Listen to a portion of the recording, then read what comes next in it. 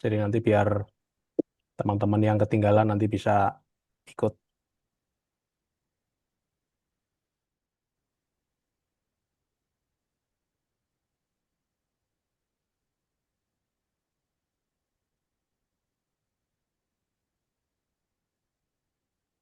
Oke, kelihatan ya teman-teman ya? Jalan, Kak. Oke, Bismillahirrahmanirrahim. Jadi insya Allah pada pada malam hari ini saya mau sharing-sharing ke teman-teman tentang manajemen keuangan pada proyek konstruksi. Jadi mungkin kita sudah nggak asing ya dengan kondisi seperti ini. Jadi biasanya teman-teman kontraktor itu seringnya di proyek-proyek yang dikerjakan itu kita taunya profit aktual atau real profitnya itu baru ketahuan nanti setelah proyeknya selesai. Biasanya seperti itu gitu. Jadi kalau nanti proyek selesai, misalnya ada sisa, alhamdulillah berarti itu profit gitu kan. Tapi seringnya kan bisa jadi ternyata sisanya nggak sesuai yang diharapkan atau bahkan malah nggak ada sisa sama sekali. Nah kalau sudah seperti itu karena proyeknya udah selesai ya udah kita nggak bisa ngapa-ngapain lagi, pasrah aja gitu.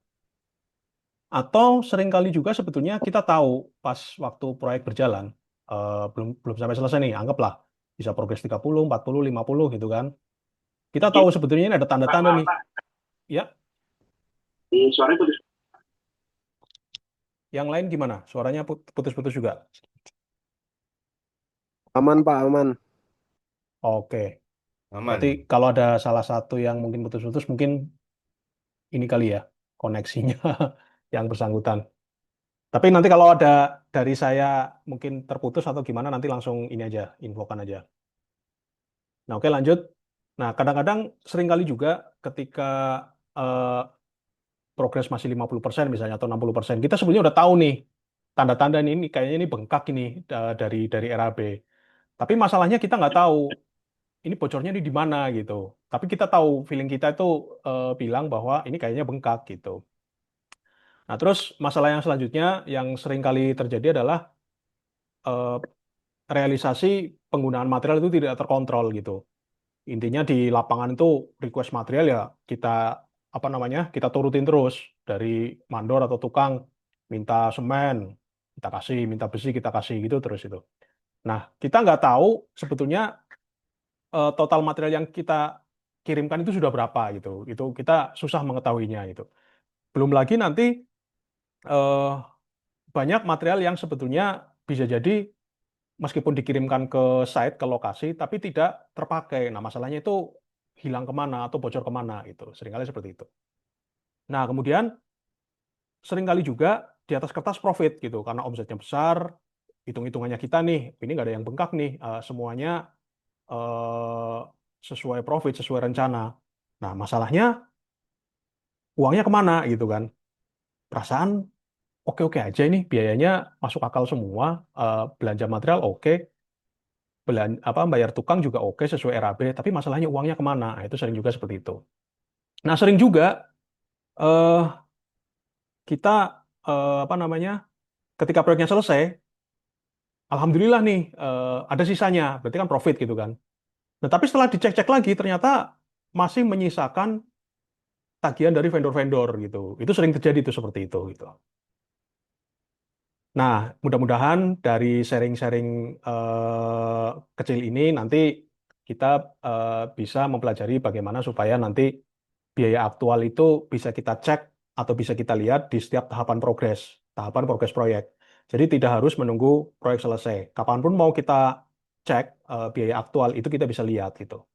Nah, jadi nanti ketika misalnya di tengah progres itu mau 20%, 30%, 40% itu ada tanda-tanda penyimpangan dari RAB atau dari RAP, kita langsung tahu gitu kan.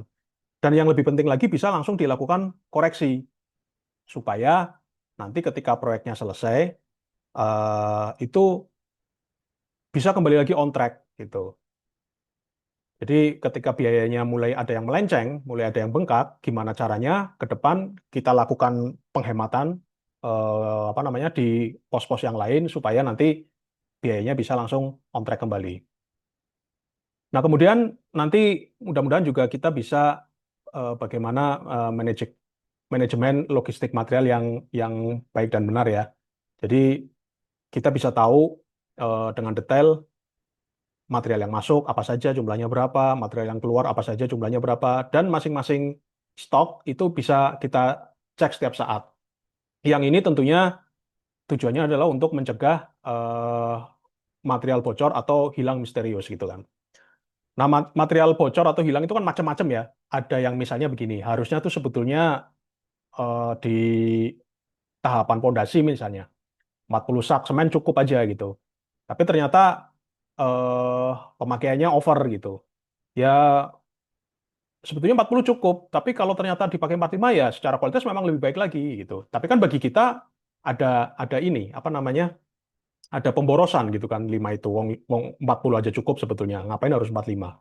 Atau yang lebih parah lagi, hilangnya itu ya karena memang ada yang nakal gitu. Itu ya nggak bisa di apa namanya? Nggak bisa kita pungkiri juga di lapangan sering terjadi hal-hal seperti itu. Nah, kemudian yang lebih penting lagi nanti mungkin bagaimana hutang-hutang kepada vendor atau supplier bisa kita kelola dengan mudah. Jadi kan sudah umum ya kalau kita di proyek itu karena kita sudah punya langganan, langganan vendor, langganan supplier, kan kita biasa tuh bayar tempo gitu kan, 1 bulan kah, bahkan mungkin bisa lebih gitu. Masalahnya vendornya kan nggak cuma satu tuh, vendornya banyak. Yang ini hutang besi, nanti yang lain hutang pasir, yang lain lagi hutang apa lagi gitu, waktunya beda-beda gitu kan, jatuh temponya beda-beda, itu kalau nggak di manage dengan baik pusing juga itu. Terakhir yang paling penting lagi adalah tentu bagaimana supaya realisasi profit yang real ya, bukan hanya di atas kertas, itu benar-benar bisa sesuai dengan apa yang sudah kita rencanakan di RAP.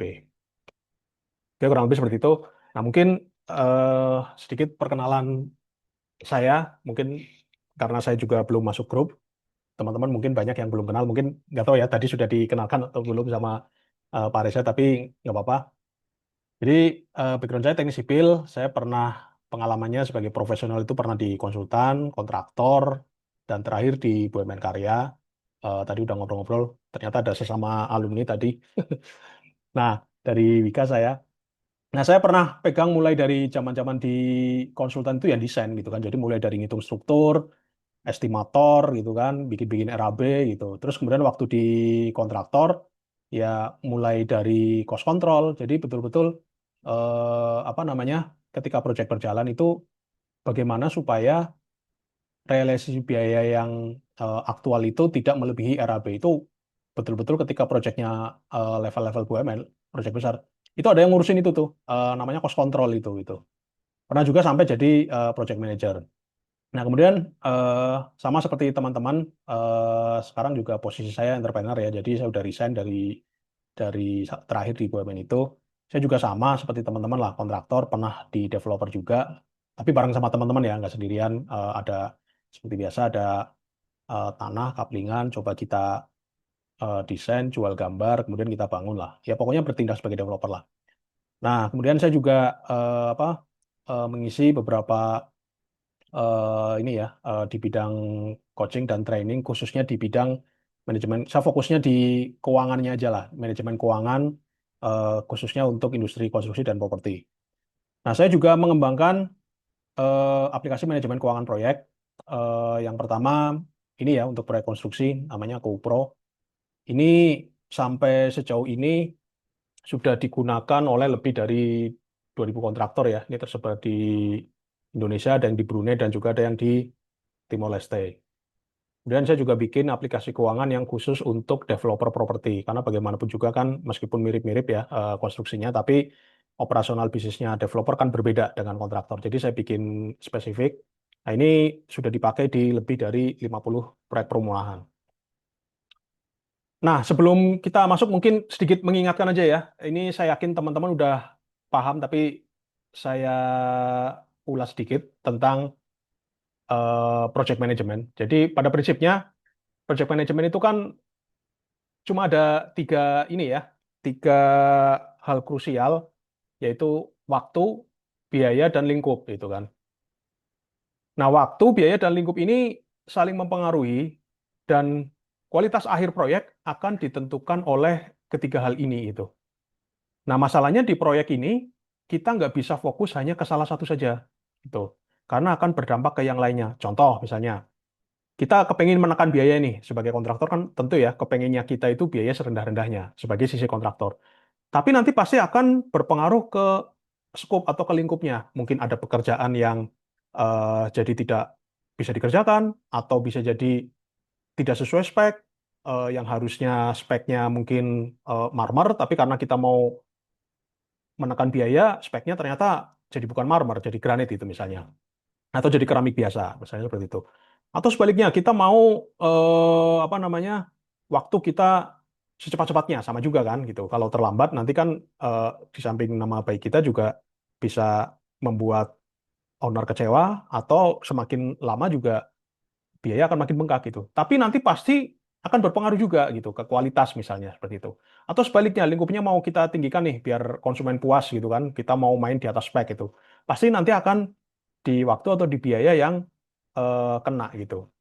Nah, jadi intinya proyek itu adalah sebetulnya bagaimana upaya kita itu untuk menjaga antara waktu, lingkup dan biaya ini seimbang gitu. Pokoknya prinsipnya gitu aja sebetulnya. Mainannya di proyek itu aja gitu. Semuanya harus dijaga seimbang sepanjang berjalannya proyek sampai selesai. Nah, supaya seimbang gimana? Ya harus dikendalikan gitu. Jadi antara waktu, lingkup, dan biaya ini harus dikendalikan. Nah, contohnya gimana? Lingkup itu kan kaitannya sama apa yang dikerjakan ya, skupnya gitu kan. Namanya proyek dibatasi oleh skupnya gitu. Jadi ada gambar kerja pasti gitu. Kita nggak mungkin namanya di proyek itu mengerjakan sesuatu yang di luar skup gitu. Nah, tapi kita juga harus mengerjakan semua yang ada di dalam skup yang sudah dilampirkan di dalam, dituangkan di dalam gambar kerja tersebut. Nah, berarti syaratnya gambar kerjanya harus lengkap dan detail gitu kan. Terus supaya semuanya terlaksana dengan baik, kualitasnya juga memenuhi apa spesifikasi, harus gimana? Ya tukangnya harus terampil gitu kan. Jangan tukang yang masih belajaran yang kita suruh ngerjain gitu. Kemudian juga tentu akan tergantung juga dengan pelaksana dan pengawas yang kompeten gitu. Seterampil-terampilnya tukang, selengkap-lengkapnya gambar kerja. Kalau kita nggak awasi dengan benar, kalau pelaksana kita juga nggak kompeten, ya tentu akan susah gitu. Nah, itu untuk tadi menjaga lingkup atau skop proyek ya. Kemudian bagaimana untuk mengendalikan waktu atau menjaga waktu? Ya tentu kita pasti punya yang namanya time schedule yang nanti ada hubungannya sama kurva S. Nah, kalau misalnya sudah pakai time schedule, kurva S ternyata masih belum ngejar juga, gimana? Nah, kita bisa misalnya pakai sistem shift. Bisa juga nanti ditambah dengan lembur gitu kan. Nah, tentu yang mempengaruhi waktu juga adalah metode kerja. Metode kerja kan ada macam-macam tuh namanya metode kerja ya gitu. Nah, bagaimana kita memilih metode kerja yang tepat dan efisien gitu. Nah, yang terakhir, bagaimana untuk pengendalian biaya. Nah, ini yang akan kita bahas di kelas ini. Jadi, sebetulnya untuk lingkup, untuk waktu itu kalau mau kita bahas itu bisa memerlukan masing-masing satu waktu sendiri gitu ya. Tapi saya yakin biasanya, biasanya karena ini antara lingkup dan waktu ini kan kaitannya sama hal-hal teknis. Ini biasanya teman-teman kontraktor ini sudah nggak perlu diajarin lah hari-hari di lapangan, di site itu ya memang makanan sehari-hari gitu. Jadi insya Allah masalah kualitas, masalah jadwal waktu itu sudah jago-jago semuanya. Nah biasanya, biasanya makanya kenapa kita adakan kelas ini adalah biasanya seringnya teman-teman kontraktor itu lemahnya di manajemen keuangannya gitu. Nah, supaya bisa dikendalikan, jadi supaya biaya ini bisa dikendalikan, syaratnya adalah realisasi biaya ini harus bisa dimonitor atau dipantau gitu. Jadi kalau kita memonitornya aja nggak bisa, itu, terus apanya yang mau dikendalikan? Nah, itu syarat utama itu. Jadi mirip sama seperti kita nyetir mobil ya. Eh, apakah bisa kita nyetir mobil tanpa panel dashboard? Atau panel dashboardnya ada tapi kita tutup nih sama lakban hitam gitu. Nah, kira-kira bisa nggak teman-teman nyetir mobil tapi eh, nggak ada panel dashboardnya atau panel dashboardnya kita tutup? Coba saya mau tes nih teman-teman. Bisa nggak kira-kira? Bisa, Pak. Bisa ya gitu. Tapi pasti ada tapinya gitu kan. Bisa tapi ada tapinya gitu. Kan gampangnya beginilah, di panel dashboard itu kan menunjukkan beberapa indikator ya, ada kecepatan, ada putaran mesin. Yang paling penting itu misalnya ada sisa bensin gitu. Sebetulnya namanya panel dashboard itu kan bukan hal yang utama ya, supaya mobil bisa jalan. Mobil bisa jalan itu kan yang penting kondisi mesin oke, kondisi setir oke, kondisi ban oke, dan ada BBM-nya gitu. Kalau mobil listrik ya full gitu. Yang penting itu bisa jalan. Nah, tapi kalau nggak ada panel dashboard-nya, ya kita akan repot setengah mati gitu kan. Kita nggak tahu, hanya bisa mengira-ira. Ini sebenarnya lagi kecepatan berapa ya? Ini sebetulnya lagi eh, bensinnya ini terakhir ngisi tadi kapan ya? Dan ngisinya berapa ya gitu. Kita akan repot sekali gitu. Eh, Sebentar-bentar berhenti ngecek secara manual masih apa enggak ya itu. Jadi ketika kita nyetir itu mungkin yang paling dirasakan itu deg-degan gitu. Jangan-jangan nanti habis di tengah jalan. Nah ini kira-kira nih sebetulnya mirip dengan kondisi teman-teman sekarang sebetulnya mungkin. Karena eh, sebagian besar saya yakin mungkin sebetulnya realisasi biaya itu kan nggak bisa dimonitor atau dipantau setiap saat ya. Tapi nyatanya ya proyek bisa berjalan. Bisa tetap mengerjakan proyek sampai nanti selesai. Nah cuma nanti konsekuensinya yaitu tadi. eh, ini aman nggak ya? Ini masih on progress nggak? On track nggak ya? Gitu. Ini jangan-jangan nanti sampai selesai biayanya realisasinya nggak kemana-mana. Nah, seperti itu. Nah, setelah kita bisa tahu ya syaratnya untuk mengendalikan itu harus bisa memonitor. Nah, untuk laporan yang digunakan untuk memonitor proyek juga ada syaratnya. Yang pertama harus akurat. Akurat tuh maksudnya adalah sesuai kondisi real ya. Eh, Misalnya sudah keluar semen 40 ya, kita harus benar-benar tahu 40 gitu. Tidak dikurangi, tidak ditambahin gitu. Nah, selain akurat, juga harus update gitu. Kenapa update penting? Karena yang namanya proyek itu dinamis gitu. Proyek itu kejar-kejaran dengan progres gitu. Kalau misalnya laporannya baru keluar yang kita perlukan sekarang tapi baru keluar bulan depan, itu sudah tidak update lagi meskipun mungkin akurat gitu. Karena bulan depan kondisinya proyek sudah berbeda dengan hari ini. Nah, kira-kira seperti itu. Nah, berdasarkan pengamatan saya ya, sharing-sharing dengan teman-teman kontraktor gitu, terutama yang eh, pakai aplikasi saya gitu ya, eh, diskusi ngobrol-ngobrol. Jadi mengapa sulit untuk memonitor biaya proyek? Yang paling sering nih, yang pertama ya karena memang nggak ada catatannya atau nggak ada pembukuannya gitu. Jadi kebanyakan teman-teman itu betul-betul hanya mengandalkan feeling dalam mengerjakan proyek gitu. Ini nggak peduli ya, mau proyeknya kecil, menengah sampai besar. Saya juga sudah sering ketemu sama teman-teman yang proyeknya bahkan di atas 5 miliar gitu kan. Biasanya proyek-proyek pemerintah itu 5 sampai 10 miliar masih tetap mengandalkan feeling juga gitu. Jadi bukan masalah kecil dan besar ya gitu.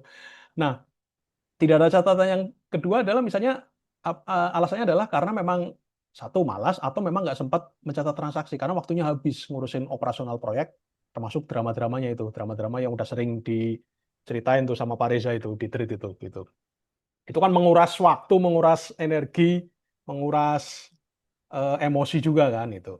Nah ini biasanya yang seperti ini eh, karena kondisinya memang belum ada admin keuangan itu. Nah, tapi seringkali juga saya sering sering banget ketemu kasus ada admin nih. Nah, berarti kan kalau ada admin sudah ada catatan pembukuannya. Tapi karena masih manual gitu kan, jadi belum punya sistem, akhirnya ya pencatatan transaksinya hanya berupa data uang keluar dan masuk aja gitu. Ini mungkin teman-teman juga udah banyak nih mungkin yang seperti ini. Sebetulnya ada pembukuan, ada catatan, tapi catatannya hanya berupa data uang masuk, uang keluar. Kalau ada pembayaran, uang masuk gitu kan, dicatat tanggal sekian, keterangan, termin 30% dari project A gitu. Uang keluar ya tentu banyak banget tuh, bayar tukang lah, kasbon tukang lah, beli material, sewa alat, operasional dan seterusnya itu. Nah, hanya sebatas itu. Kemudian catatan itu nanti akan tersebar di banyak file gitu. Eh, Satu project filenya sendiri, project yang lain filenya sendiri lagi. Bahkan kadang-kadang penerimaan filenya sendiri, pengeluaran nanti filenya sendiri lagi, beli material filenya sendiri lagi, bayar tukang filenya sendiri lagi. Ada yang seperti itu gitu. Nah, catatan-catatan yang seperti ini untuk jadi laporan yang nantinya bisa kita baca, karena kalau nggak bisa dibaca juga percuma kan gitu. Untuk jadi laporan yang bisa dibaca, ini perlu waktu lama gitu. Kita minta tolong adminnya, tolong dong rekapkan ini. Oh ya Pak, siap itu. Tapi nanti jadinya bisa seminggu, 2 minggu, 1 bulan baru jadi. Nah, yang seperti ini sulit juga untuk digunakan untuk memonitor proyek karena ya tidak update seperti tadi saya udah bilang gitu kan di sebelumnya itu. Kalau laporannya nggak update, nggak sesuai dengan situasi proyek yang sangat dinamis dan kejar-kejaran prokes, ya nggak bisa kita pakai juga itu. Contoh misalnya, kita pengen tahu ini sebetulnya hari ini masih on track nggak sih gitu, per hari ini gitu misalnya kan. Katakanlah progres di lapangan 30%. Per hari ini, tolong dong, saya mau tahu laporan keuangannya seperti apa. Oke Pak, siap gitu kan, kata adminnya. Jadinya ternyata baru 3 minggu baru jadi. Nah, di 3 minggu yang akan datang, keluar semua tuh laporannya, memang akurat, detail gitu.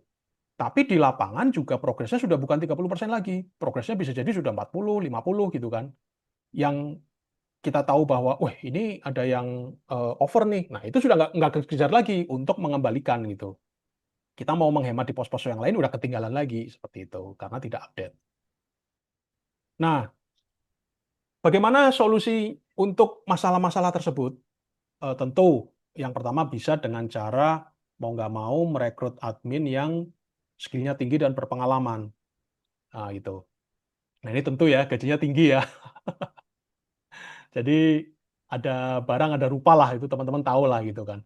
Karena seringkali saya melihat memang di teman-teman kontraktor itu apa namanya kalau adminnya masih tingkatan SMA atau SMK itu ya mereka hanya sebatas admin aja, mereka bisa nginput gitu kan. Tapi ketika disuruh untuk menganalisa atau membuat laporan ya nggak apa namanya tidak kompeten lah untuk itu. Kalau bisa sampai harus membuat laporan itu biasanya ya paling tidak S1.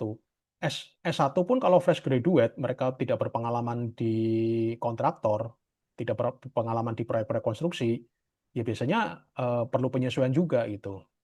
Dan tentunya kalau sudah berpengalaman ya berarti gajinya lumayan. Atau bisa saja teman-teman sebetulnya memakai admin yang sekarang ya kalau memang sudah punya admin yang biasa aja yang katakanlah SMA atau SMK cukup, tapi difasilitasi dengan aplikasi manajemen keuangan. Nah, seperti itu. Nah, di Indonesia saat ini itu ada puluhan ya aplikasi manajemen keuangan di pasaran. Masalahnya rata-rata itu untuk bisnis atau perusahaan umum gitu. Masih sangat saya lihat ya, ada tapi masih sangat jarang yang spesifik untuk kontraktor. Nah, nanti biasanya bisa dipakai tapi ya balik lagi pasti perlu setting dan penyesuaian lagi karena seperti kita tahu perusahaan terbanyak itu kan yang sifatnya umum ya, trading, toko, pabrik gitu kan. Nah, pembuat aplikasi itu menyasar mereka ya yang pasarnya memang besar, pasarnya banyak gitu. Nah, ketika eh, dipakai di industri konstruksi, biasanya yang seperti itu perlu penyesuaian lagi itu. Apalagi nanti sampai ke stok, sampai ke apa namanya manajemen logistik materialnya gitu. Nah, tadi saya apa di depan ngobrol-ngobrol tadi eh, kalau perusahaan-perusahaan besar itu levelnya sudah bukan aplikasi lagi ya, namanya itu sudah ERP, Enterprise Resources Planning. Itu memang sudah apa menyeluruh sekali itu. Tapi tentu mungkin belum levelnya kita karena harganya bisa 5 miliar ke atas itu. Bahkan per user itu bisa puluhan sampai ratusan juta. Itu per user loh ya. Terus nanti kalau apa namanya ada proyek baru biasanya bayar lagi seperti itu. Nah, tapi kalau yang selain ERP tadi, kayak SAP dan sebagainya, itu ada juga tuh kayak Zahir, Akuret, apalagi ya, Jurnal itu umumnya langganan dengan biaya mulai dari 7 sampai 8 juta per tahun. Nah, tadi saya sudah menyampaikan bahwa saya juga mengembangkan aplikasi manajemen keuangan proyek ya. Nanti coba akan kita sama-sama sharing lah, apa namanya, studi kasusnya seperti apa. Kalau ini kan memang saya sendiri yang bikin ya. Sebetulnya saya dulu bikin juga nggak sengaja sebetulnya.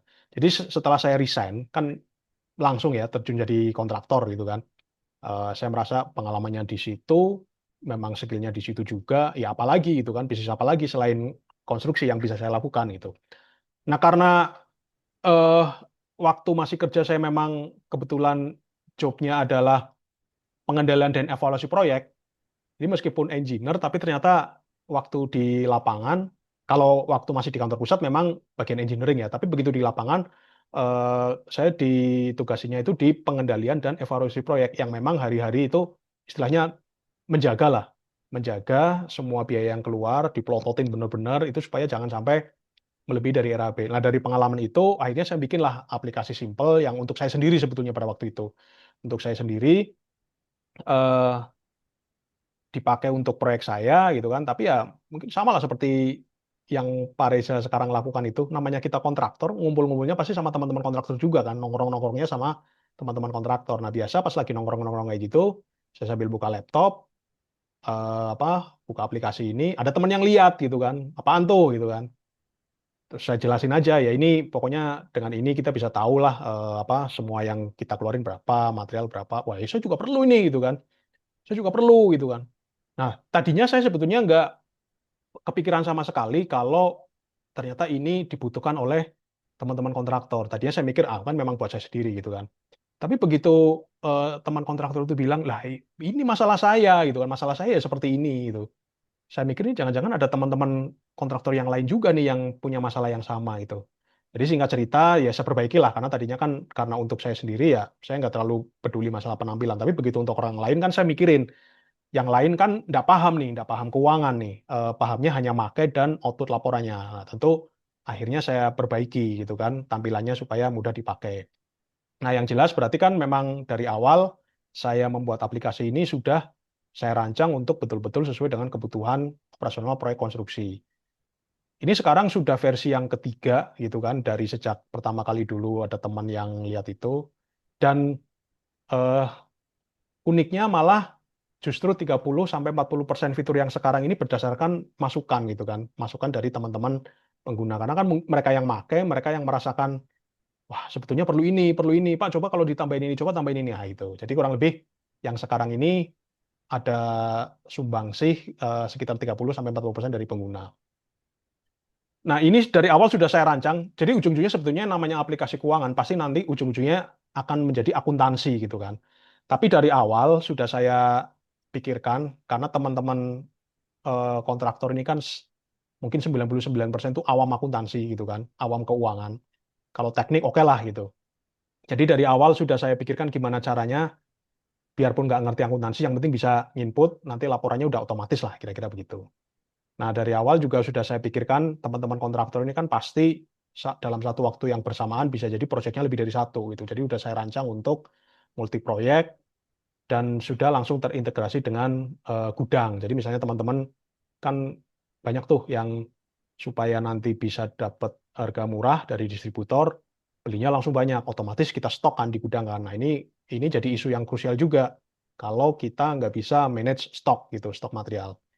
Nah, kemudian saya juga udah pikirin bahwa sistemnya ini nggak langganan gitu ya. Jadi pokoknya pembayaran satu kali aja itu sudah berlaku untuk seumur hidup lah, kurang lebih begitu.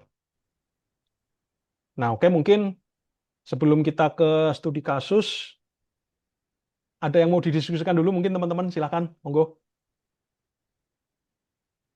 Mau izin bertanya Pak, Ya,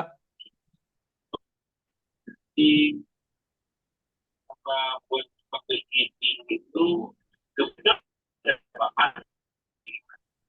Jadi proyek A, B, itu proyek A ternyata bahan proyek B yang di akhirnya ketika di akhir kita akan mensupport contoh satu hari ini Pak Reja ya, beli kayu besi 10 batang, minggu depan ya, 5 batang, berikut ya. Suaranya putus-putus, Pak. Tapi mungkin nanti ya. itu pertanyaan Bapak sepertinya masuk ke studi kasus langsung itu, Pak. Oke, langsung kita nyoba aja ya studi kasus ya. Saya share lagi ya.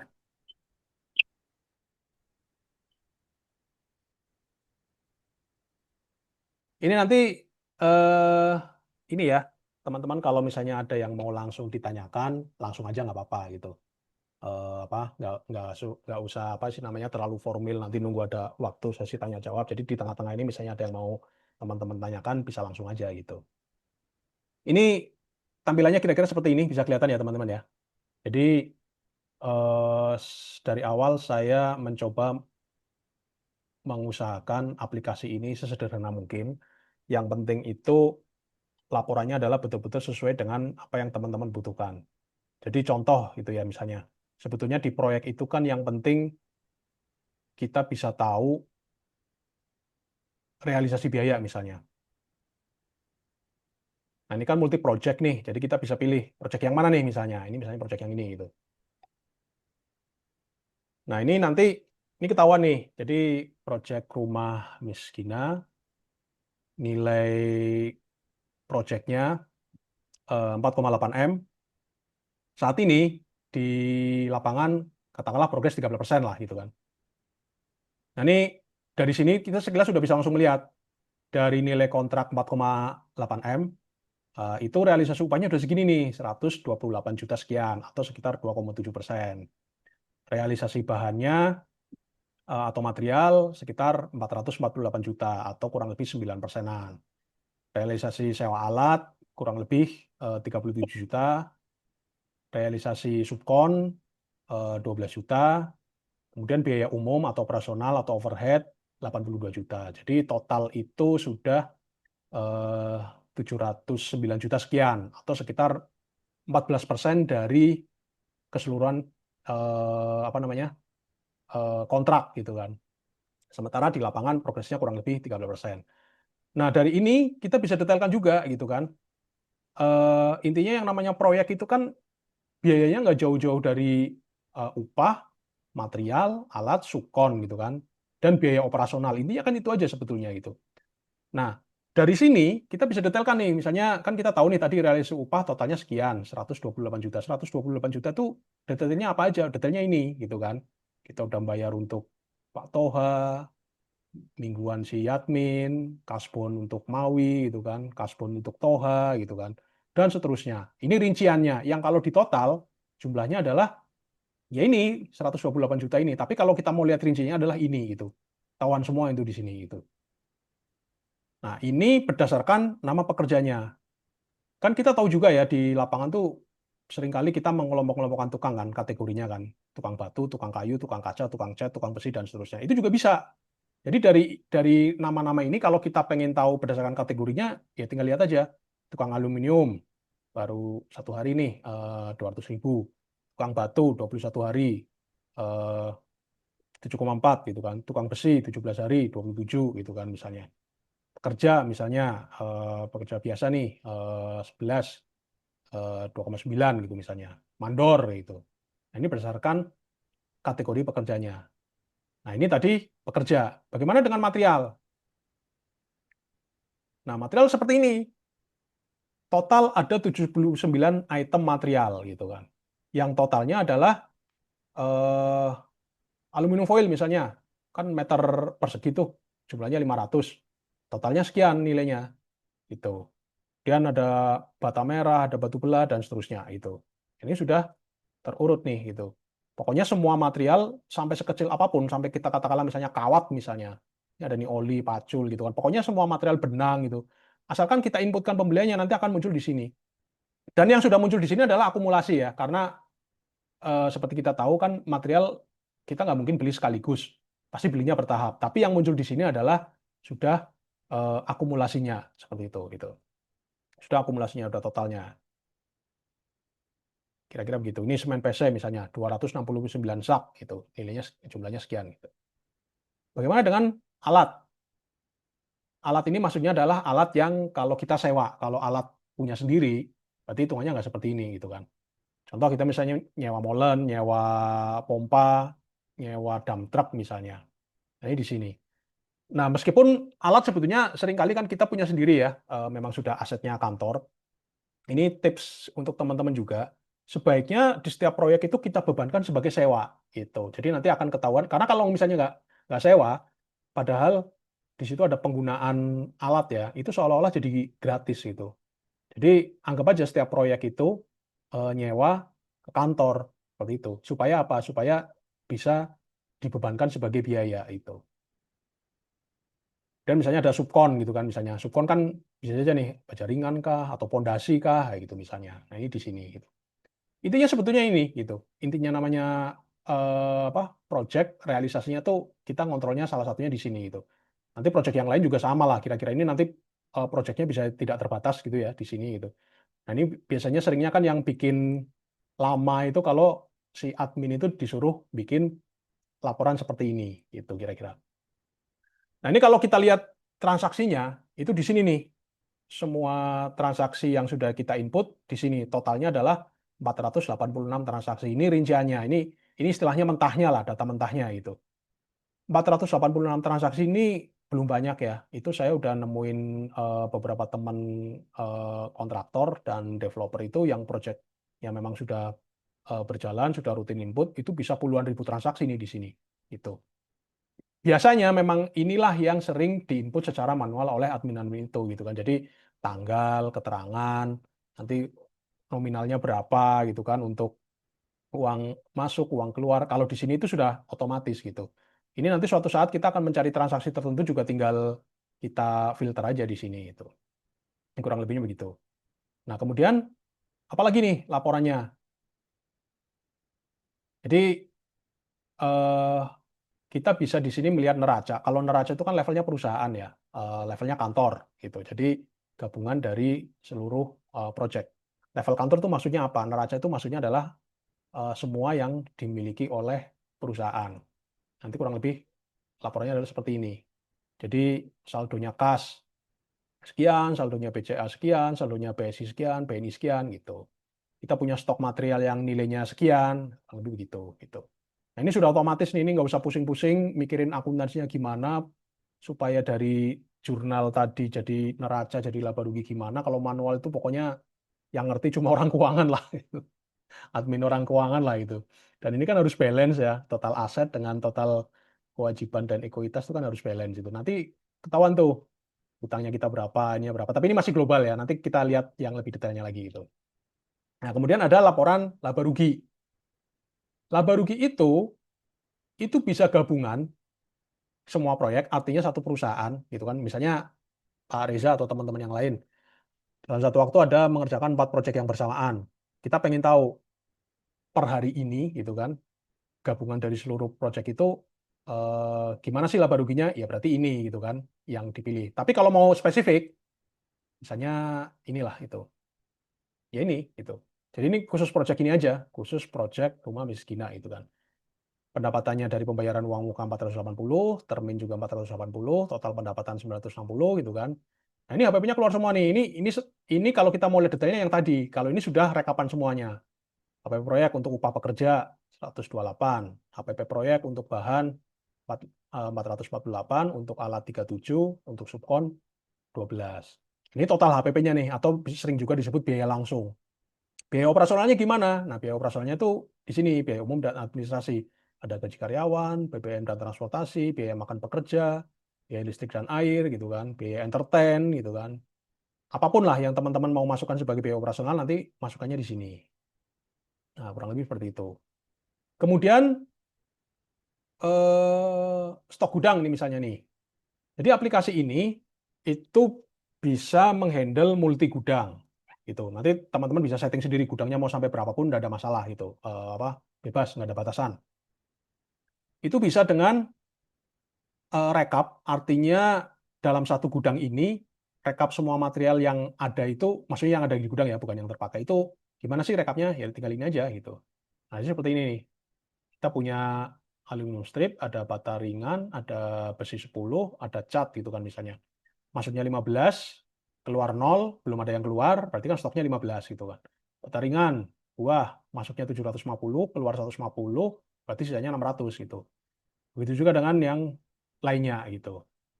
Ini adalah rekap gitu untuk gudang satu gitu.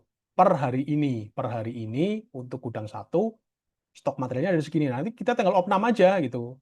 Betulan nggak di gudang itu realisasinya begitu? Pokoknya kalau nggak ada selisih ya berarti kita bisa tinggal telusurin aja gitu. Selain itu, untuk stok gudang kita juga bisa spesifik material tertentu gitu.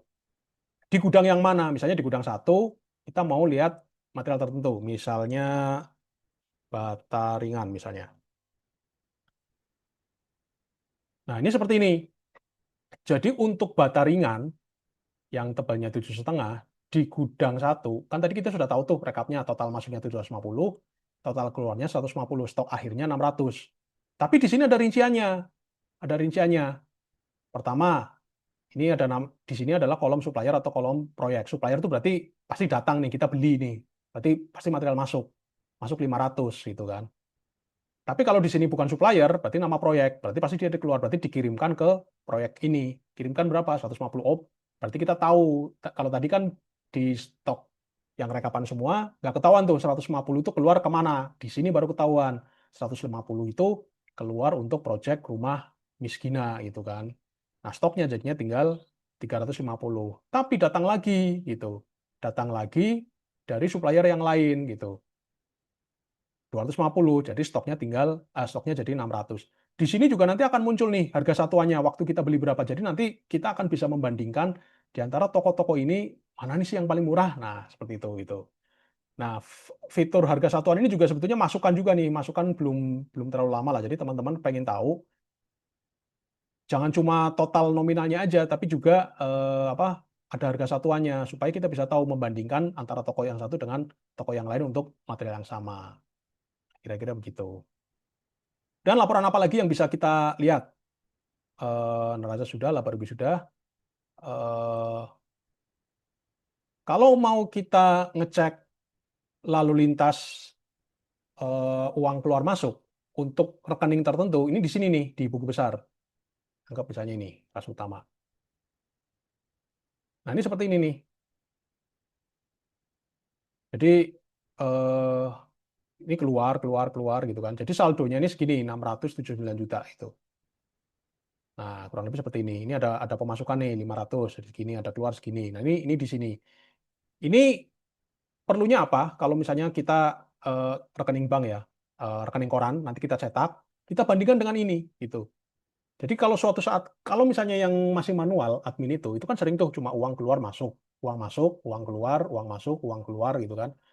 Itu seringkali tidak mencantumkan rekeningnya, gitu kan. Ini uang yang mana, gitu kan. Karena seringkali kan teman-teman pasti rekening itu nggak cuma satu, gitu kan. Saya yakin itu pasti teman-teman rekening nggak cuma satu, bisa jadi operasional lebih dari satu gitu kan. Yang satu misalnya khusus penerimaan, nanti kalau untuk belanja khusus pakai rekening yang ini itu. Nah nanti ini bisa dipakai untuk audit atau sekedar ngecek aja gitu. Ada yang miss nggak sih gitu kan? Ada yang aneh-aneh nggak sih dengan antara yang tercatat dengan realnya di rekening koran gitu. Kalau mau audit, mau misalnya, nah ini tadi yang akan menjawab pertanyaan. Perasaan saya profitnya besar, tapi uangnya kemana ya? Kok di rekening nggak ada? Saya telusur-telusurin, nggak nggak jelas nih, nggak bisa ditelusurin gitu untuk keluar untuk apa saja itu. Nah nanti dari sinilah teman-teman bisa menelusuri gitu. Karena seringkali yang menggerogoti profit itu bukan yang nilainya besar, tapi justru yang belanjanya kecil-kecil, tapi nggak pernah dicatat, tapi itemnya banyak. Kalau dikumpul-kumpulin jadi banyak juga. Nah, seperti itu gitu. Setelah itu ada lagi laporan buku besar pembantu hutang piutang. Ini fungsinya untuk apa? Ini untuk eh, toko material atau supplier di mana kita berhutang sama dia kan sering tuh. Apalagi kalau tokonya lebih dari satu itu.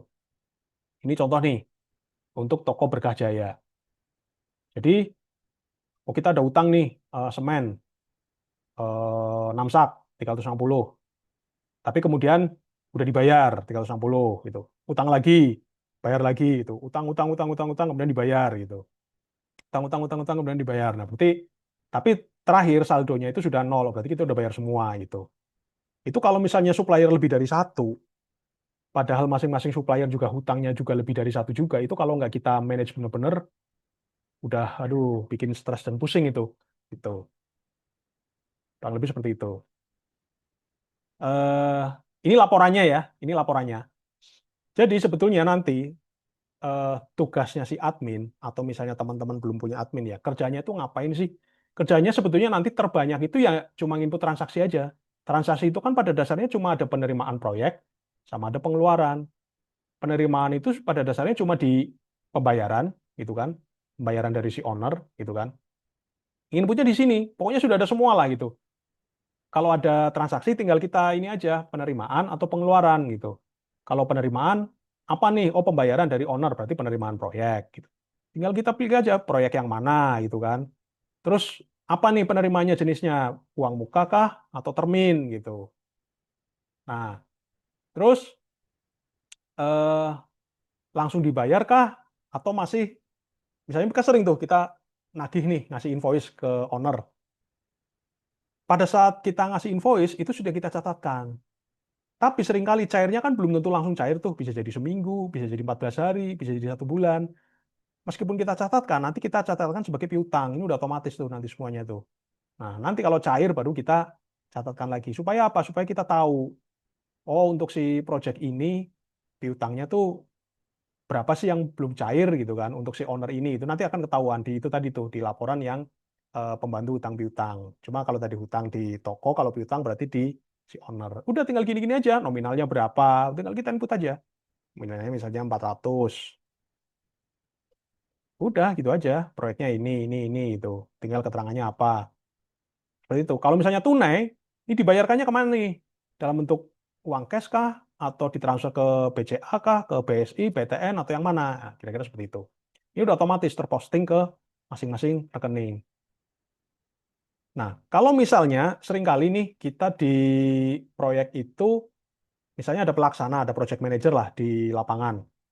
Supaya nggak ribet, kadang-kadang si project manager ini atau pelaksana di lapangan, kita kasih pegangan uang untuk operasionalnya dia atau untuk beli material-material yang kecil supaya dia bisa langsung satset gitu kan, nggak perlu nunggu diantar dari kantor gitu. Kan perlu kita kasih uang pegangan nih misalnya per minggu 5 juta kah atau gimana lah atau sesuai kebutuhan gitu. Nanti di sini inputnya gitu.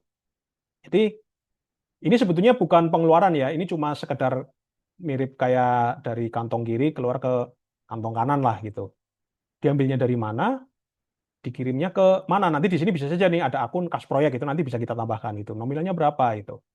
Jadi kalau ada pengeluaran semacam itu tetap apa namanya tercatat gitu. Kita bisa bisa bisa tracking seperti itu gitu. Nah, kalau pengeluaran seperti apa? Pengeluaran ini aja nanti hari-hari itu pasti nginputnya itu cuma di sini aja itu. Di biaya proyek. Biaya proyek itu apa aja sih? Nggak jauh-jauh dari bayar bayar tukang, bayar upah, beli bahan, sewa alat, sewa bayar subkon atau biaya umum, biaya operasional atau overhead. Upah ya di sini gitu. Proyeknya yang mana? Misalnya proyek ini, pekerjanya namanya siapa? Udah gitu aja. Ini pekerjanya namanya, ini bisa kita input ya nama-nama pekerjanya. Kalau banyak banget tinggal kita cari. Gus misalnya. Terus Agus ini sebagai apa gitu kan? Tukang besi, tukang pekerja, atau tukang kayu, tukang batu, atau apa gitu kan? Atau mandor. Nah ini kita inputkan jadi sini. Ini nanti kategori pun bisa kita setting gitu kan. Terus dia eh, kita gaji seminggu itu untuk berapa hari gitu misalnya. Nominalnya berapa? Dibayarkannya dari mana? Ngambil dari kas kah atau dari mandiri kah? Nah ini nanti langsung otomatis nih. Kalau kas, oh saldonya sekian. Ini, wah nggak ada saldonya. BCA, oh saldonya sekian. Nah ini harus selalu sinkron nih dengan eh, realisasi rekeningnya kita itu. Udah tinggal save. Ini otomatis nanti udah terposting ke laporan seperti yang tadi sudah kita lihat itu. Kalau beli material gimana? Sama, tanggalnya kita masukkan, nomor notanya kalau ada, terus proyeknya sama. Nah, kalau untuk material yang ke proyek, ini ada opsi. Apakah kita beli dari supplier langsung diantar ke proyek, seperti ini, kita pilih suppliernya, gitu kan? Atau kita ngambil dari gudang, gitu. Kita ngambil dari gudang, saya gudang satu. Materialnya apa nih? Bata ringan misalnya, dia pakai bata ringan. Di sini juga kelihatan stoknya. Oh, di gudang ini stoknya sekian. Kalau yang lain misalnya, oh besi ini di gudang satu stoknya 100 gitu. Ada juga yang misalnya, nah kalau semen, semen nggak ada nih stoknya di gudang, nggak bisa kita ngambil dari gudang. Seperti itu. Nanti pas kita save pasti nggak mau karena stoknya kosong seperti itu. Oh kalau langsung dari supplier ya berarti ini eh, dari gudangnya kita nggak usah kita pilih gitu. Terus jumlahnya berapa? Misalnya 50 sak. Kita input nominalnya 55.000 misalnya. Nah ini udah langsung otomatis nih. Kalau kita rubah 40 sak juga udah langsung otomatis totalnya. Nah ini yang penting nih ke toko ini, ke supplier ini, kita bayar langsung tunai. Kalau bayar langsung pakai mana nih? Dibayar tunai cash kah atau transfer kah gitu kan? Atau hutang gitu. Kalau hutang kan berarti kita nggak mengeluarkan uang gitu. Tapi nanti dicatat sebagai hutang. Terus jatuh temponya kapan? Udah kita catat aja di sini. Nanti otomatis akan masuk ke semua laporan-laporan itu tadi. Itu. Nah, sering pertanyaan tuh begini, teman-teman. Kalau mandor borong gimana? Kalau misalnya kita nggak pakai tukang harian. Kalau tadi upah ini kan tukang harian. Kalau kita misalnya mandor borong, misalnya pokoknya tahu beres lah.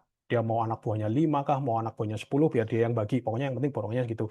Itu kita masukkan sebagai apa gitu? Masukkan sebagai subkon itu itu. Jadi mandor-mandor ini kita masukkan sebagai subkon di sini itu. Nah, di sini masukannya itu. Jadi nanti langsung bayarnya 25 juta gitu misalnya atau 30 juta untuk 1 minggu. Cara inputnya kurang lebih sama lah gitu. Kemudian kalau misalnya pengeluaran proyek yang sifatnya operasional gimana gitu kan. Ya ini maksudnya biaya umum.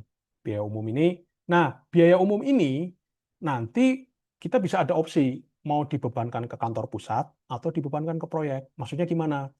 Contoh misalnya, eh, dibebankan ke kantor pusat, misalnya kita punya pengawas atau punya project manager yang dia adalah karyawan tetapnya kita. Maka bisa jadi dia yang bayar gajinya kan pusat nih gitu. Tapi bisa jadi khusus untuk proyek tersebut kita merekrut security yang nanti kalau proyeknya selesai, ya security juga selesai juga kerjanya karena bukan karyawan tetap kita. Maka nanti dia akan dibebankan ke proyek seperti itu. Udah tinggal pilih itemnya aja gitu. Gaji pekerja seperti itu misalnya. Ya sama lah kayak misalnya entertain misalnya atau biaya pemasaran itu mau dibebankan ke pusat atau mau dibebankan ke proyek. Nah, nanti kita inputnya kurang lebih di sini. Seperti itu. Yang lain-lain, oh ya, ini kalau misalnya kita mau beli material dalam jumlah banyak, tapi tidak dikirimkan ke proyek, melainkan untuk disimpan dulu di gudang, maka nanti transaksinya di sini. Itu. Nanti kita tinggal pilih aja mau ditaruh atau dikirim di gudang yang mana. Gudang 1, 2, 3, dan seterusnya itu. Misalnya ini. Ya sama, ini sama seperti tadi kita beli material, cuma bedanya material ini tidak langsung kita kirim ke proyek, cuma masuk ke gudang. Nanti ini otomatis akan menambah stok, baik itu di laporan stok maupun di ketika kita eh, mengirim material ke proyek, cuma yang kita centang gudang, bukan supplier. Nanti akan otomatis. Kurang lebih begitu. Mungkin gambarnya seperti itu. Eh, apa kalau setting-setting ya di sini lah ya. Setting kita misalnya mau nambah toko, nambah mandor itu di sini gitu. Rekanan mau nambah subkon gitu kan. Kita mau setting-setting rekening di sini gitu, menambahkannya atau apanya itu udah otomatis mau menambahkan kas proyek kah, mau menambahkan rekening yang lain kah gitu. Terus kemudian nanti kalau biaya umum kan masing-masing perusahaan biasa biaya umum juga punya ini masing-masing ya. Ini kebetulan contoh aja nih, biaya makan pekerja, biaya listrik, mungkin kan tiap perusahaan beda-beda nih, ada yang lain mungkin. Nanti nambahkannya di sini. Data pekerja nih, tukang-tukang nih misalnya. Kalau memang kita makanya tukang harian yang kita bayar harian, nanti inputnya di sini. Ada tukang baru inputnya di sini. Kategori, nih misalnya kategorinya ini udah standar ya, tukang besi, tukang batu, tukang cat, tukang pasangan, mandor, pekerja, dan seterusnya. Kalau mau menambah, mau edit, nanti di sini. Udah kurang lebih seperti itu data material ini gitu kan. Nanti ini juga bisa sambil jalan ketika ada material yang mau kita beli ternyata belum ada di sini, itu bisa nanti input di tengah jalan, tidak masalah itu. Data gudang menambahkannya di sini seperti ini. Kalau ada gudang baru di sini. Oke, kurang lebih eh, seperti itu. Mungkin silakan teman-teman kalau ada yang mau didiskusikan atau ditanyakan, silakan. Ya, silakan teman yang ingin bertanya di luar topik juga itu oke. Siapa tahu ada teman-teman pernah yang bisa bantu atau Pak Hadi ada Silakan teman-teman. Boleh via chat atau tanya langsung. yang bisa silakan ya. Mas Mas Rian di sini ada Mas Rian Pak. Ya, uh, telegramnya. Halo, halo, halo Pak. Halo, halo Mas Rian. Silakan Mas Rian. Ya Pak. Pak, mau nanya kalau korelasinya ke RAB sama sisa pekerjaan biar kelihatan ini kan cash out kita udah kecatat semua nih. Ya, Nah, intinya kayak margin kita ini posisinya bergeraknya naik turun. Saya soalnya tadi baru ngikut di pertengahan jalan, mungkin saya kelewat. oke. Jadi intinya pengen tahu apa namanya posisi margin kita misalkan Ya, nominalnya berapa itu naik turunnya apakah termonitor dengan pergerakan tadi itu input kita. Betul gitu, Pak. termonitor Pak. Kita Ah iya. tadi sudah ngelihat sempat ngelihat ini enggak Pak? Yang apa namanya? Laba rugi proyek. Sempat nggak? Atau kelewat berarti ya? Mungkin masuknya pas sudah ngelewati itu belum. Jadi contoh begini ya. Kalau kita mau lihat realization profit, itu berarti di laba rugi. Berarti di laba rugi. Nah, laba rugi itu kita bisa pilih konsolidasi, artinya gabungan dari semua proyek, atau per proyek tertentu aja gitu. Seringnya kalau laba rugi pasti kita pengen tahu lah per proyek tertentu, karena seperti sama-sama kita tahu, kita banyak ngerjain proyek, bisa jadi ada proyek yang tipis, bisa jadi ada proyek yang lumayan, proyek yang satu mensubsidi yang lain kan seperti itu. Nah ini seperti ini ingatnya. Itu. Ini jadi ini gambaran besar ya, gambaran besar total yang sudah dikeluarkan sekian. Tapi kan margin itu kalau di laba rugi ngitungnya dari yang sudah real masuk, bukan dari nilai kontrak, gitu Pak. Bukan dari nilai kontrak, dari yang real masuk dulu gitu. Oh Jadi iya benar. seperti ini, ketahuan tuh, oh segini gitu kan. Tapi sebetulnya kalaupun mau kita compare dengan apa namanya nilai kontrak pun nggak masalah juga. Yang penting kan kita udah tahu angkanya nih di sini. Kita udah tahu angkanya. Kurang lebih seperti itu, Mas Rian. Kalau proyek kita ada misalkan ada 4 Pak. Ya, Misalkan udah mau selesai terus ya, dari keempat itu ada rugi dua apa satu lah gitu. ya. Nah, terus apakah bisa ada kompilasi lah kayak gitu misalkan proyek A untung sekian, B sekian terus jadi di akhir tahun kita total net marginnya berapa gitu. Apakah ada Pak gitu. Berarti sudah Kompilasi konsolidasi maksudnya. konsolidasi ya Oh iya, semua kalau proyek. konsolidasi berarti yang ini Pak pilihnya. Yang laba rugi, ini nih konsolidasi nih. Hmm. Konsolidasi perusahaan berarti udah gabungan dari semua proyek. Berarti udah gabungan. Nah ini udah gabungan nih. Nah ini kebetulan karena yang lain-lain belum ada pemasukan semua, masih biaya-biaya itu. Jadi ini Pak, ini gabungan nih konsolidasi ini kan ada judulnya nih konsolidasi perusahaan semua atau semua gabungan dari semua proyek gitu Pak. Itu sudah ada pilihannya di di pilihan proyeknya. Mau konsolidasi kah? Mau per proyek tertentu gitu Pak. Kalau mau Oh, rinciannya berarti per proyek, tapi kalau mau total ya berarti total kayak gitu. konsolidasi ya. Ya. Nah, ini kan periode laporannya juga bisa kita setting nih. Tapi kan menurut saya kalau namanya proyek kan beda dengan ini ya, beda dengan bisnis yang sifatnya kontinu ya, ya toko atau pabrik. Proyek itu kan seringkali kita nggak ngomong per tahun, tapi per proyek karena bisa jadi ada satu proyek yang kebetulan dia mulainya Desember, selesainya April kayak gitu misalnya. Itu kan berarti sudah melampaui itu. Beda dengan meskipun nanti ujung-ujungnya kalau kita mau bikin lapor pajak atau apa, ya bikin dari 1 Januari sampai 31 Desember gitu kan. Tapi kalau menurut saya namanya project itu, nah ini defaultnya adalah ya pokoknya mana yang pertama kali diinput dan mana yang terakhir diinput gitu. Secara default. Jadi secara default adalah semua transaksi di project yang bersangkutan gitu. Defaultnya seperti itu. Gitu. Akan terlaporkan semua gitu. Karena kalau saya menganggap yang namanya proyek itu kan beda dengan proyek itu kan ada jangka waktunya kan, makanya tadi ada Ya, waktu kan. betul. Beda dengan toko, pabrik itu kan terus menerus tuh, restoran itu kan terus menerus gitu. Itu. Jadi ini secara default ya sudah, ini adalah sesuai umur proyek kayak gitu. Itu Pak kira-kira. Siap. Mantap sih Pak ini bagus Pak. Ya. Oke. Siap. Yang lain mungkin ada yang mau ditanyakan lagi.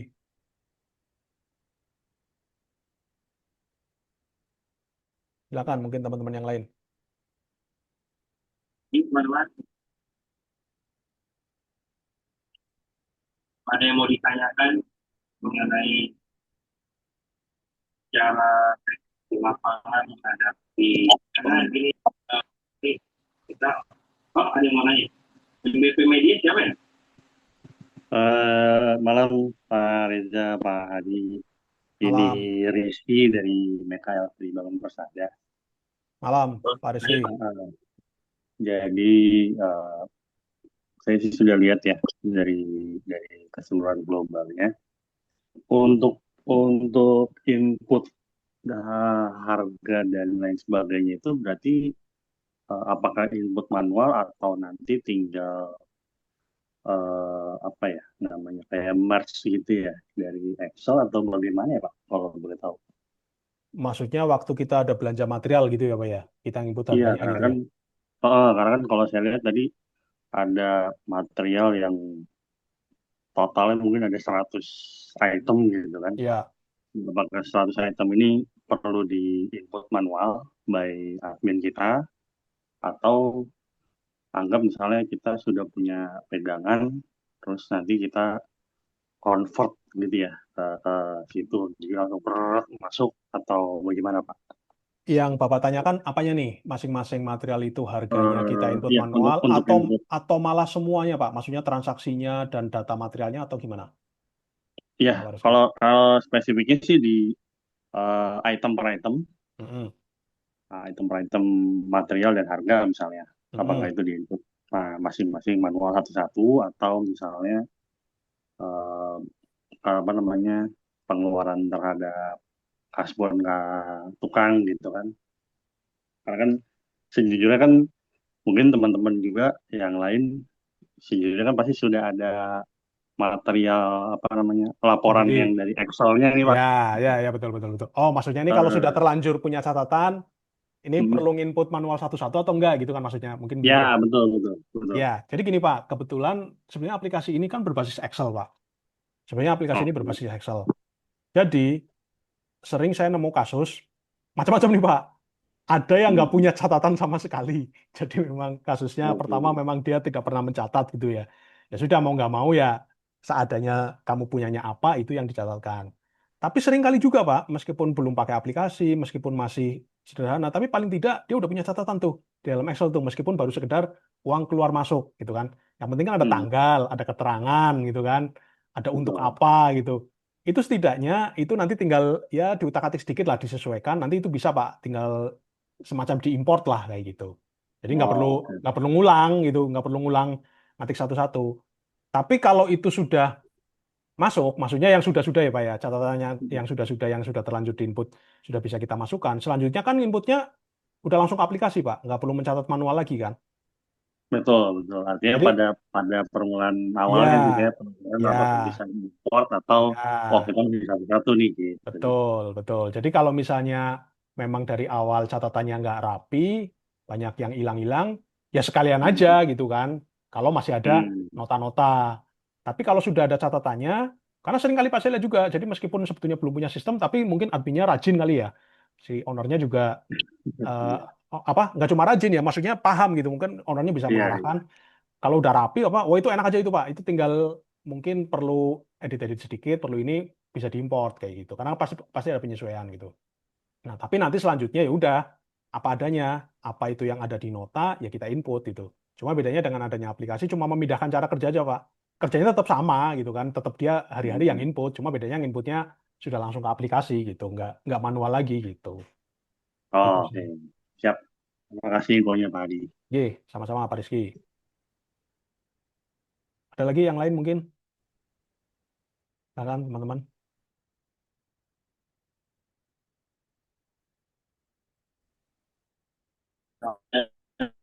Oh ini ada yang tanya harga. Pak Imam, Pak Imam Salim, harga aplikasinya Ya, berapa? boleh. Ya, oh, mungkin saya share lagi aja. Jadi sistem harganya itu ada beberapa paket.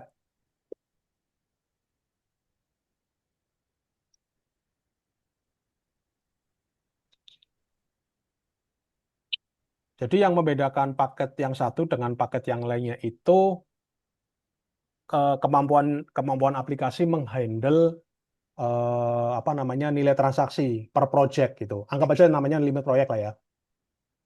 Limit itu maksudnya begini, misalnya proyek yang pro lah ya, paket yang pro bisa menghandle sampai dengan 1 miliar, harganya 2,5 juta. Semua paket ini bisa untuk banyak proyek. Jadi jumlah proyek tidak terbatas atau unlimited gitu. Bebas mau mau 5 proyek, 10 proyek nggak ada masalah. Tahun ini 5 proyek, tahun depan ada 10 proyek nggak ada masalah. Tinggal diinput-input terus saja gitu. Nanti kan tinggal ada menu itu new project gitu kan. Nah ini misalnya teman-teman biasa mengerjakan project yang maksimal nilainya 1 miliar gitu. Ya pakailah yang pro cukup, harganya 2,5 juta untuk jumlah proyek tidak terbatas. Ini maksudnya apa? Ini kan nanti suatu saat, misalnya katakanlah tahun ini ada 3 project. Project A nilainya 800, project B nilainya 900, project yang C nilainya katakanlah 1,4 M misalnya. Ngambil yang pro 1 miliar. Nah itu kan nanti pasti kita input tuh, input semua pengeluaran itu kita inputin ke masing-masing proyek kan. Suatu saat yang proyek C ini, dia akan total pengeluarannya mungkin sudah mendekati 1 M gitu. Katakanlah 999 juta. Begitu kita input 50 juta misalnya, beli material apalah 50 juta, itu nanti akan ada notifikasi transaksi tidak bisa dilanjutkan karena sudah melampaui limit 1 miliar. Tapi itu hanya berlaku untuk proyek C saja. Proyek A dan B yang nilainya masing-masing 800 dan 700, itu kan nggak mungkin pengeluarannya melebihi itu.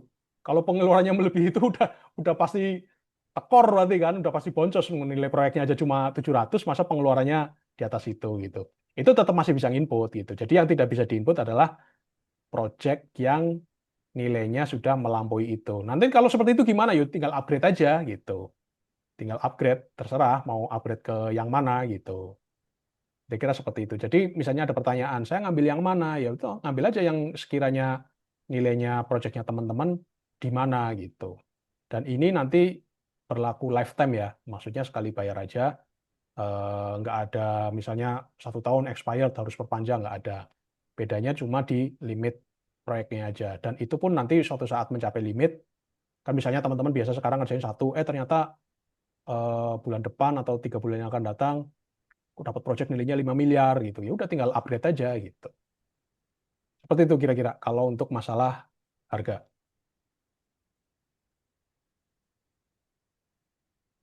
Gimana teman-teman silakan. Izin Pak, itu satu Ya. proyek, nilai itu satu proyek atau Satu proyek Kak, bukan akumulasi ya. Kalau akumulasi kan oh, misalnya Bapak ngerjain proyek 500 juta.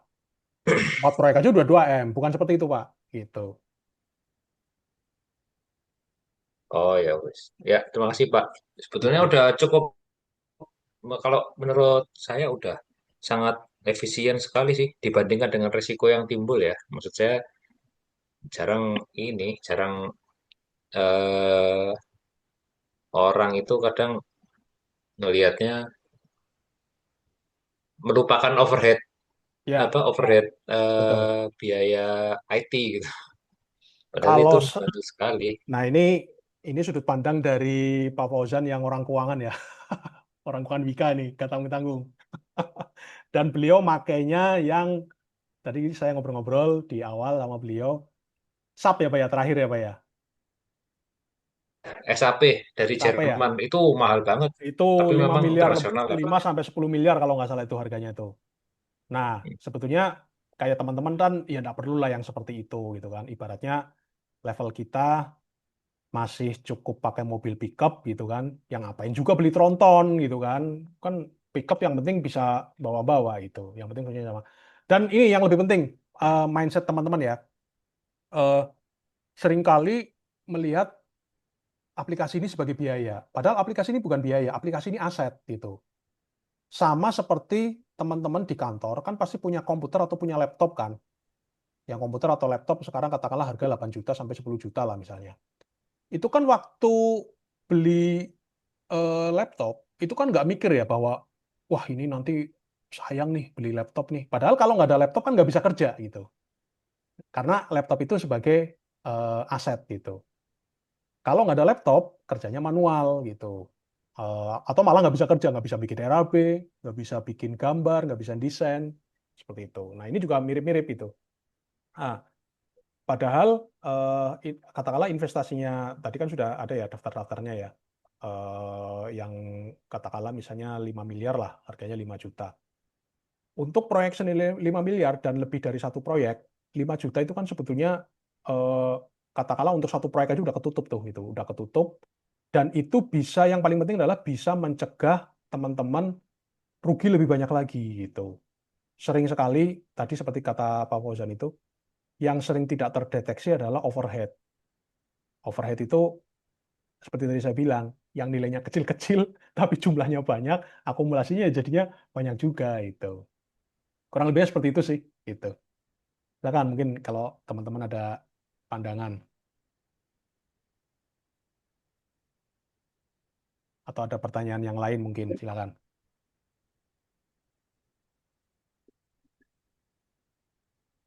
Ini teman-teman rata-rata Ada ya gimana? lagi yang mau bertanya?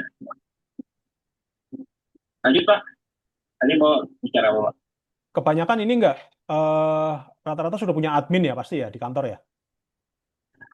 Kalau untuk saya dulu ya Pak, kalau dari saya ada admin Pak, jujur kita, eh, tapi berdasarkan hanya formula Excel aja Pak, tambah Google Sheet.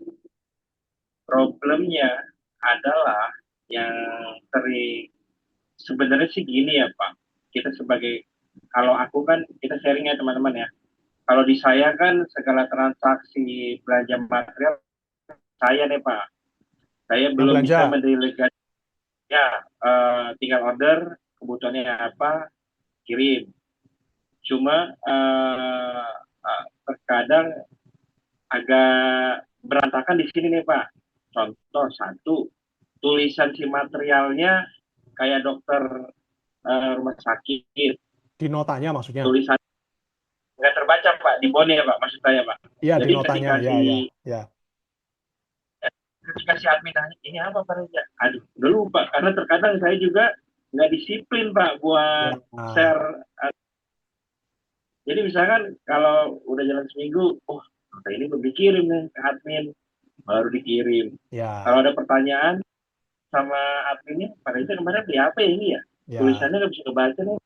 Aduh, apa ya? Gitu. Kalau di saya tuh terkadang problemnya secara nggak di sistem ya Pak. Cara teknis aja sih Pak, kayak kurang disiplin untuk share Kalau itu pembelanjaan juga. kalau itu Seperti itu, namanya Pak. SOP Pak. SOP, Iya, SOP keuangan. Itu sebetulnya gampang aja sih Pak kalau mau ini ya. Jadi setiap kali kita apa namanya ada transaksi langsung difoto aja Pak. Foto nanti terserah mau itu bikin WA group kah atau apakah atau sebenarnya ada sih itu gampang lah itu teknis ya. Nah ya ini tadi saya lupa juga belum belum ini ya apa terkait sama itu ya bond, nota, kwitansi itu sebetulnya gini. Kalau tadi kaitannya nih sama Pak Riza itu tadi tuh kan lupa tuh ke apa namanya ke admin baru minggu depan gitu kan. Padahal kalau misalnya hari itu juga transaksi langsung difoto, terus fotonya dikirim. Nah, nanti bisa nih misalnya begini, ini contoh aja ya. Ini ada bukti transaksi, upload di transaksinya. Ini contoh aja ya Pak ya. ya. Nah, nah seperti ini notanya bisa bisa kita naikkan di sini Pak itu. Jadi nanti misalnya kita langsung tahu nih, ya memang ini di input manual ya, tapi nanti kita tahu ini semen, notanya yang mana sih? Oh notanya yang ini gitu. Betul, Eh, Pak. itemnya ini Ada, gitu kan gitu. oh, bisa, jadi dia di aplikasi ini ada lampiran juga ya Pak ya? Bisa. Ini kan supaya apa Nggak sih? hanya, Karena kan gini ya, kalau kita bicara keuangan itu Pak Fauzan udah hafal tuh sebagai orang keuangan tuh. Bukti transaksi itu kan yang paling penting, Pak. Bukti transaksi kan seringnya kita malah menganggap remeh, dibuang lah, nggak disimpan lah gitu kan. Padahal itu bukti transaksi itu yang paling penting, itu dasar dari semua akuntansi itu bukti transaksi. Nah, kalau misalnya seringnya kan kucel lah, apa namanya, ketelisut lah atau gimana. Tapi sekali dari awal langsung kita foto, kemudian yang aslinya kita simpan, yang penting kan kita punya fotonya, udah bisa langsung disimpan digital, diuploadin aja ke sini. Jadi nanti yang asli tetap kita simpan, tapi nanti kita bisa ngeliat ini ini notanya yang mana sih gitu. Oh notanya yang ini gitu. Jadi nggak perlu ini lagi, nggak perlu bongkar-bongkar arsip gitu. Karena nanti kaitannya sama pajak sama apa itu nota dibongkar semua. Pernah Pak ada salah satu klien saya di Makassar, entah gimana ceritanya namanya orang pajak itu kan kadang-kadang nggak terduga Pak. Isengnya mereka luar biasa. Tahu-tahu minta rincian pembelian material. Mungkin kan dia nggak percaya tuh. Laba ruginya sekian, ini sekian. Coba Pak, mana Pak rincian belanja materialnya? Untungnya pakai ini. Untungnya pakai aplikasi, udah tinggal di print aja gitu. Tinggal orang pajaknya kan, kamu mau percaya mau nggak percaya ya silakan. Yang penting aku udah punya nih rincian pembelian materialnya tuh real nih kayak gini kayak gitu. Itu Pak. Kan mungkin sering kali kalau apa teman-teman mungkin hanya sekedar itu aja tadi itu catatan uang apa keluar masuk gitu kan. Ketika ada pemeriksaan atau ada apa di yang diserahkan itu gitu misalnya. Kurang lebih begitu sih Pak, kurang lebihnya. Kalau itu Mungkin tadi Pak, masalah SOP itu Pak. boleh nambahkan Pak. Silakan Pak Hozan, Ini pengalaman sebagai apa orang keuangan. keuangan proyek ya. Mungkin kalau masih bisa ditransfer, saya milih transfer Pak atau kris. Jadi ada ketinggalan bukti di apa di mutasi rekening. Hmm, Minimal-minimal kalau bukti real nggak dapet, ya, rekening masih ke betul, backup. Jadi ada dua bukti yang betul, bisa betul. dipegang. Itu sering kejadian nggak gitu dulu. Mas, ini beli material apa kecil-kecil, mana buktinya daripada Ya, apa? eh, Lebih baik kalau bertransaksi waktu disuruh megang uangnya proyek dulu, yang uang kas harian, saya lebih milih transfer. Ya, transfer sebisa betul. mungkin transfer. Jadi ada tinggalan dua bukti, bukti Ya, cash, bukti betul. real nota Istilahnya ada sama tinggalan jejak di mutasi jejak rekening digitalnya ada. ada, jejak digitalnya ada gitu. Ya ada, Betul. ya ada apa namanya backup, Ya, eh, teknik backup ini, ya, backup kalau di akuntansi itu teknik backup, backup bukti ya, intinya kayak betul. gitulah. Betul. Jadi semakin banyak bukti kan semakin bagus lah gitu kan. Makanya saya sering sekali, kalau ini sudah kaitannya sama SOP ya, saya sering kali menyarankan ke teman-teman kontraktor itu, sebisa mungkin transaksi itu transfer, apapun itu sebisa mungkin transfer gitu, supaya ada jejaknya gitu. Nanti kalau mau ngaudit tuh enak, mau ngaudit, mau apa, itu enak banget itu. Terus kedua, ini meskipun nggak wajib, tapi kalau diturutin juga enak banget. Sebisa mungkin antara rekening penerimaan dan rekening pengeluaran itu dipisah gitu. Jadi penerimaan khusus penerimaan aja, pembayaran apa semuanya satu rekening. Nanti kita bikin rekening yang lain itu khusus operasional. Operasional itu ya itu tadi untuk transfer kah, untuk apakah, ngambil ATM-nya dari situ. Nanti suatu saat itu kosong, pakai yang itu tadi itu pindah buku dari rekening penerimaan ke situ. Jadi rekening penerimaan kalau ada keluarnya itu bukan yang kecil-kecil, tapi keluarnya itu udah gelondongan gitu loh. Gelondongan 100 juta untuk rekening A. Nah, nanti 100 juta rinciannya itu beli kawat misalnya 25.000, beli paku 10.000, beli amplas 5.000, itu bukan dari rekening penerimaan, tapi dari rekening yang operasional gitu. Itu nanti akan apa ya? Memperingan tugas kita lah. Kita udah pusing-pusing di lapangan, setidaknya di keuangannya itu jangan nambah-nambahin pusing lah, kira-kira begitulah itu. Kurang lebih begitu, teman-teman. Apa gini apa ya? Contoh misalkan saya ada dua proyek, uh, harus ada dua rekening bank, paling tidak ada banking dua dong Ya, ya Pak. ya, minimal lah. Karena ya, problemnya adalah satu nomor kan terkadang nggak bisa dua banking itu Pak. Ya, Berarti ada dua HP. kalau Jadi sebenarnya rekeningnya gini sama Pak, apa, kalau rekeningnya beda kan bisa. satu HP, satu HP bisa Pak. Loh, setahu saya kalau kan pakai aplikasi, Pak. Setahu saya bisa, Pak, kalau rekening yang lain. Oh, banknya lain. Iya, maksudnya beda-beda bank, maksud saya beda bank. Beda bang, saya mikirin ini Pak adminnya tuh Pak, tengah. Ya, Pertanyaan saya gini Pak, perlu nggak sih Pak dalam satu proyek misalkan, tadi kan opsinya kayak gitu tuh Pak, Bapak bilang ada beberapa banking untuk pengeluaran yang kecil. Pertanyaan saya adalah, perlu nggak misalkan saya dalam satu proyek ini, satu momen yang bersamaan, kita ada tiga proyek. ya, Perlu nggak kita keuangannya untuk proyek A kita pakai yang rekening BCA, hmm, untuk proyek B kita pakai BRI, yang C kita pakai Mandiri, misalnya gitu Pak. ya, Saya supaya tidak tercampur Pak. Kalau saat ini nih saya agak tercampur. Kita cuma melihatnya ketika pembukuan aja Pak. Oh, ya, proyek ini masuk dana sekian, pengeluaran sekian. proyek yang B, uang sekian, kita baru ngehnya, oh udah uang segini untuk proyek yang A, tapi secara keuangan malah bersatu Pak, Ya, campur aduk ya, gitu. Maksud saya apakah perlu kayak gitu nggak Pak untuk apa namanya mengantisipasi kebocoran lah ya. setidaknya Pak. Itu kalau bisa seperti itu ya bagus-bagus saja, Pak. Ada beberapa teman saya yang mengamalkan seperti itu, memang nanti rekeningnya jadi banyak banget ya. Itu terutama kalau kita memang nggak pakai aplikasi. Istilahnya catatan kita, catatan manual ya, hanya berdasarkan betul-betul dari rekening bank.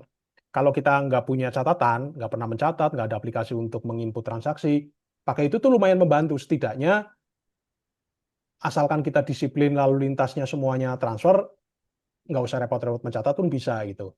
Tapi dengan adanya aplikasi ini, katakanlah meskipun ada rekening yang dipakai bersamaan di beberapa proyek, yang jelas kan tercatat gitu kan.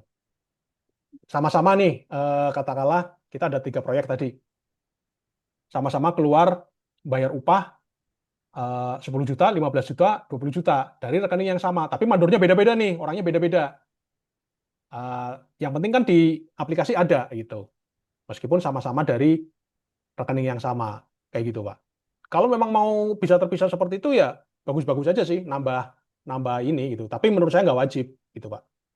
Menurut saya nggak wajib. Memang kalau sudah rekeningnya cuma satu, kita nggak punya catatan yang tertib, proyeknya banyak, ya pusing pasti Pak itu.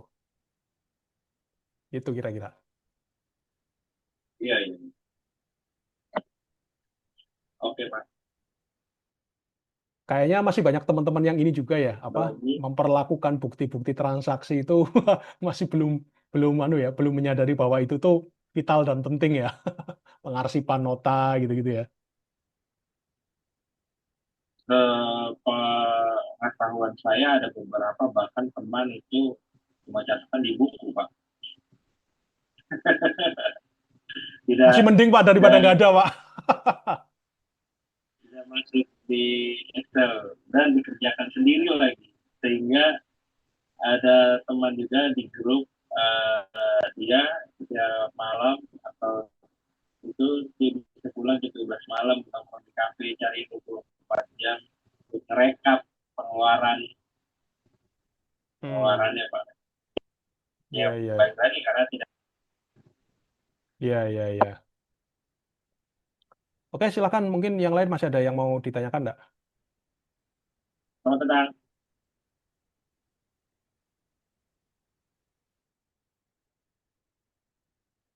Tanyain nggak? Senior juga nih Pak.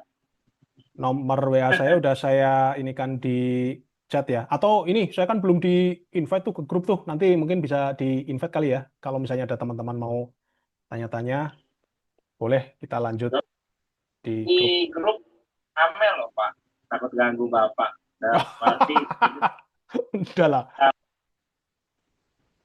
Ya, yang grupnya nggak udah kuat kayak mental. pasar malam, Pak. Gimana? Grupnya udah kayak pasar malam. Grupnya isinya curhatan semua ya. Iya. Ditinggal sebentar 500 chat gitu kan. Waduh, luar biasa. Oh, iya iya iya iya. Nanti mungkin saya upload ini rekodnya di YouTube kali ya. Boleh Pak, boleh Pak. Nanti Diupload di ya, YouTube aja kali ya biar nggak membebani teman-teman ya. Jadi kan tinggal lihat aja. soalnya ini banyak yang pesen lagi Pak. Banyak yang tolong dong record karena saya lagi nonton Persib gitu. Iya iya iya. Siap Oh, siap Pak. siap siap siap. Oke, ada lagi Pak? Ada Apa lagi kita Kak? sampai di sini udah jam 9 malam nih? Boleh, boleh, boleh. Nanti saya inikan dulu rekodnya. Kan mungkin nggak semua juga diinikan lah. Nanti dipotong aja yang perlu-perlu aja. Nanti saya upload ke YouTube. Kalau sudah, nanti langsung saya di-invite ke grup aja nggak apa-apa, Pak. Ya, oke. Eh, sebelumnya, oh Bapak udah closing ya Pak? Saya udah, oh Udah ya, closing. saya closing dulu ya. Sebelumnya terima kasih waktunya Pak Reza, Pak Fauzan, dan teman-teman yang lain. Mas Rian, Pak Rizky. Mungkin ini bukan yang pertama lah ya. Nanti kita sambil apa namanya sharing-sharing. Kalau perlu nanti diskusi di grup. Kalau perlu bikin apa Zoom lagi juga nggak masalah. Terima kasih sekali lagi waktunya Pak. Monggo silakan di closing. Oke, terima kasih buat teman-teman yang sudah ikut berpartisipasi.